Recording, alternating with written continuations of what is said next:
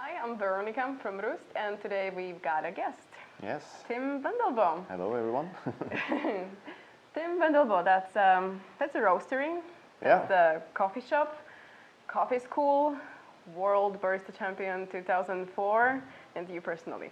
And Wow. also a person, yes, a normal guy. I forgot to mention you're also owner of the farm in El Suelo in Colombia. Yes. So you have many projects. What role in all those projects plays sample roasting? That's what I would like to talk about today. Almost every part of my job I actually use it, so we can actually start with the farming side of it. I work with a lot of farmers, not just my own farm.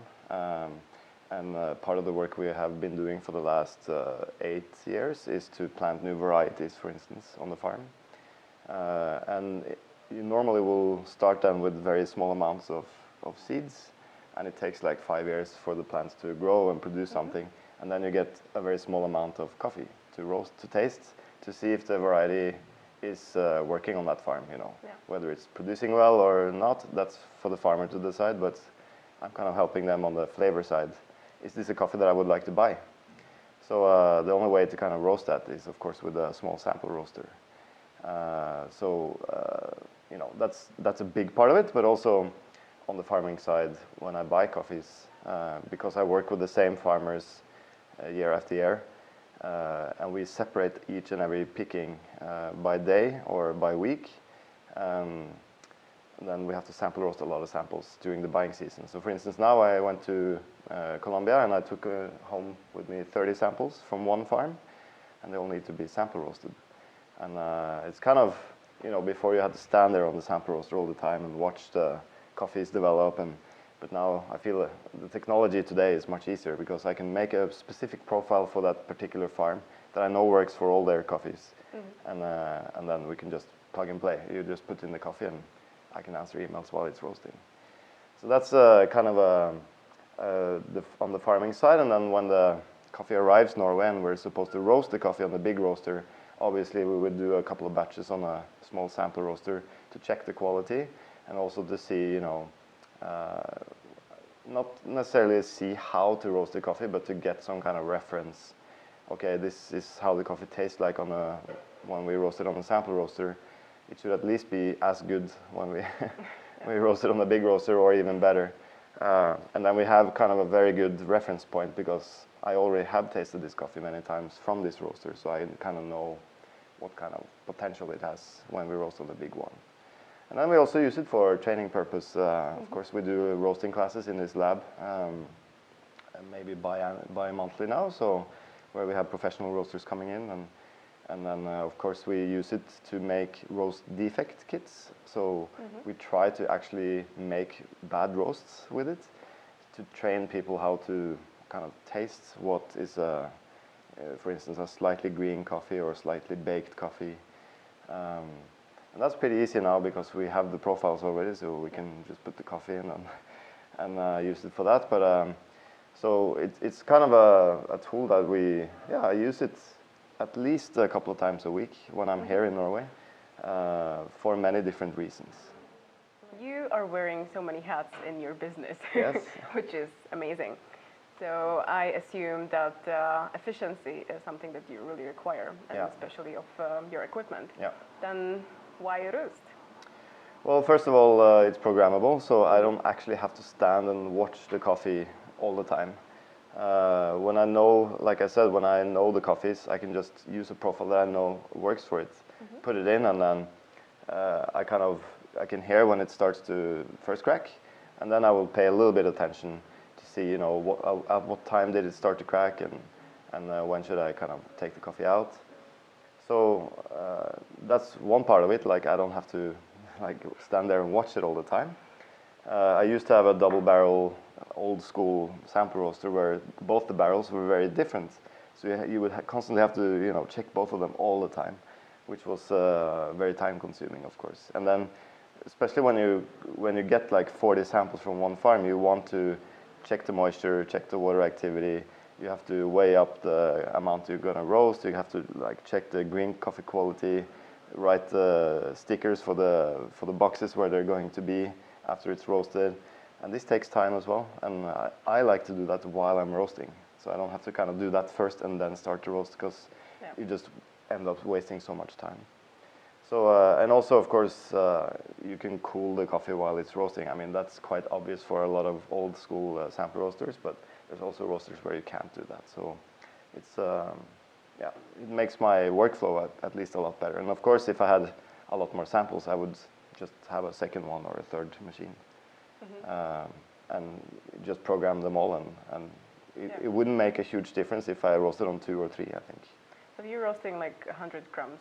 That's your routine, I guess. Yeah, that's my normal batch size, but I have gone down to 1 bean actually, because I had to roast coffee from my own farm, and unfortunately it's not producing so well. So I have roasted 1 bean, I have roasted 6 beans.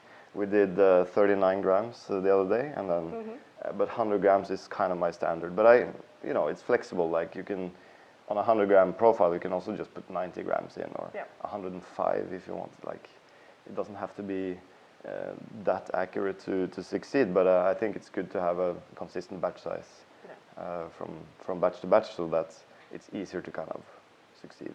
Yeah, I believe every roaster has some kind of approach or the recipe for creating profiles. I don't know, maybe someone is using the same profile to see the difference between the coffees. Someone might be using the special profile for each coffee, or just like crafting the product. What is your approach when you're creating the profiles for your coffees? Well, I don't really theorize too much. I like to just try and see what works. One of the difficult parts of sample roasting is that the cracking of the beans, which is normally a quite good reference for us when we do a big batch, like a 15-kilo batch or something. You don't hear a lot of cracking in a small sample roaster, but you will hear a lot of cracking in a bigger roaster, because there's a lot more beans inside. Yeah. So that kind of reference is a little, it's not as important, I think, in a sample roaster. It is important, but it's not like a definite reference point. So, but I'd like to at least hear some cracking. But it really, for me, it's more depending on the moisture content of the bean. If it's very, very high moisture, I know that I can play with the airflow, have more airflow, because you want to dry it out more. But then you also need more energy. That's kind of the most important part of how I adjust my recipes, at least for sample roasting, knowing the moisture content of the bean in advance, and then I can kind of adjust in my head. Okay, I can just go in and oversteer and have a little bit more heat, a little bit more airflow, and maybe a little bit longer profile as well. So that's how we do it. And you know, I'm more of a trial and error kind of guy. So when I first got this machine, for instance, I just tried many different things, and I landed on something that worked there and then. But I'm not done. Like, I know that I can get my profiles to be better. And my goal is actually, now is February, and I'm you know, waiting for a lot of samples now from many farms that we buy from, because they're harvesting now. So my goal is to now start developing better profiles for each farm, so that we can get an even better roast of the samples.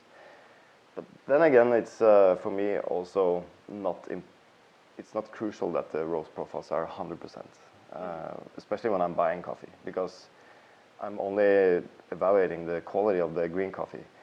If it's a good coffee, like, does it have any good attributes? So of course the coffee needs to be developed, but if it's slightly roasty or, you know, slightly too light, I can kind of compensate for that while I'm tasting. Like, yeah, I know that this coffee is slightly roasty, so it's going to have a little bit more bitter aftertaste and so on. That's okay. So I'm more looking for if the coffees are developed, and then when I'm buying coffees, you know, you're looking if the coffee is clean, is it sweet, does it have any nice attributes like fruit flavors or something like that. And if it has that, then you know it's a good coffee. Of course, you can always improve it with a better roast, but I'm satisfied if, you know, I'm 85% happy with the roast. I'm normally satisfied when I evaluate samples for buying, at least. And if I'm in doubt, I'll just roast it again. Yeah. I don't think you'll ever reach 100% satisfaction with the roast profile. Not even on a big roaster. Like, there's always something to improve. Did you switch over to roast? Well, I think it was about a year ago. They gave it to me as a Christmas present, which was very nice. And it was perfect timing because it was right before buying season. Buying season for me is like February till June. That's normally when I get most of the samples from the farms that I buy from, except Colombia. Colombia, I get it twice a year. So it was perfect timing, and I have a lot of those coffees in-house, but a one-year-old coffee does not roast the same as a very fresh sample directly from the farm. So for me at least, to use a profile for a one-year-old coffee on a very fresh coffee is maybe not the best idea. Because of the moisture? I don't think it's necessarily because of the moisture. It's just probably something happening structurally with the bean. You know, it's a living organism. Yeah. That makes it a little different to roast. And I saw that especially with the farm we buy from Nacimiento, that fresh samples did not roast at all like the old coffee. So we had to go down on the airflow and do a lot of the adjustments. But it was quite a difficult thing, but it's quite intuitive to work on this roaster. You can play with the airflow, you can play with the heat application. Of course, you can see the graphs and everything. And yeah, taste is what matters the most to me. And what I normally get from a poor sample roast is that it's normally a little roasty and a little green at the same time. So it's kind of green in the middle and roasty on the outside. And of course, we tend, because it is very powerful, at least in the beginning, I tended to roast extremely fast because I could. Now I'm stretching out the profiles a little bit more. So I think that helps with the development of the coffee. And to your feedback, we are also developing new features. What do you think it is for you maybe the most helpful feature?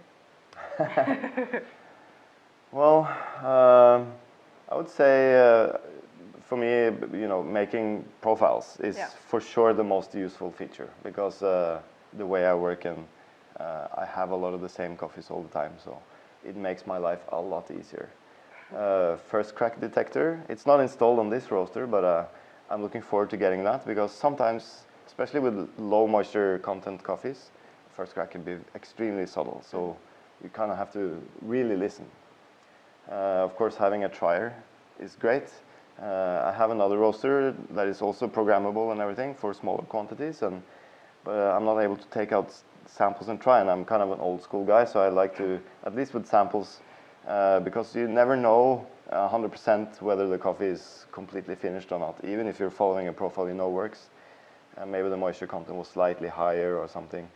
So you kind of want to have that feedback by having a visual look at the beans and say, okay, no, I'll leave it in another 5 or 10 seconds.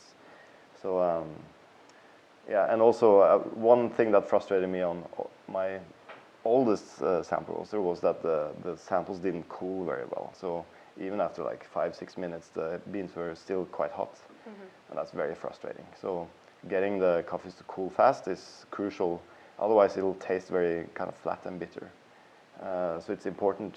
It's one of those things that a lot of people don't think about is important, but it is quite important to get it to cool fast.